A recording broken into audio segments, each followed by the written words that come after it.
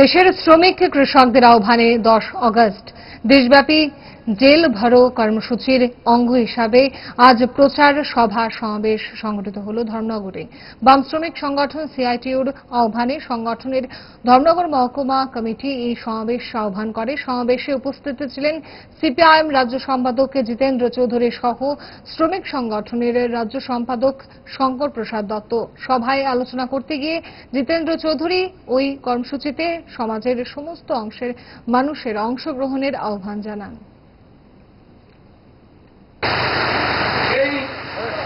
July August মাসে এই বর্ষাকালে বর্ষায় তো বৃষ্টি হবে আমরা জানি।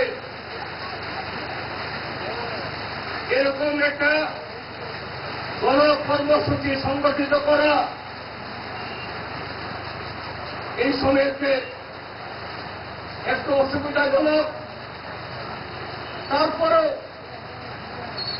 আমাদের দেশের শ্রমিক সংগঠন, কৃষক সংগঠন, ক্ষেত মজুর সংগঠন তারা এই সময়েতে এই কর্মসূচি ডাক দিলেন। জাতির সামনে, জনগণের সামনে যখন বিপদ নেমে আসে, দেশকে যখন বাঁচাতে হবে,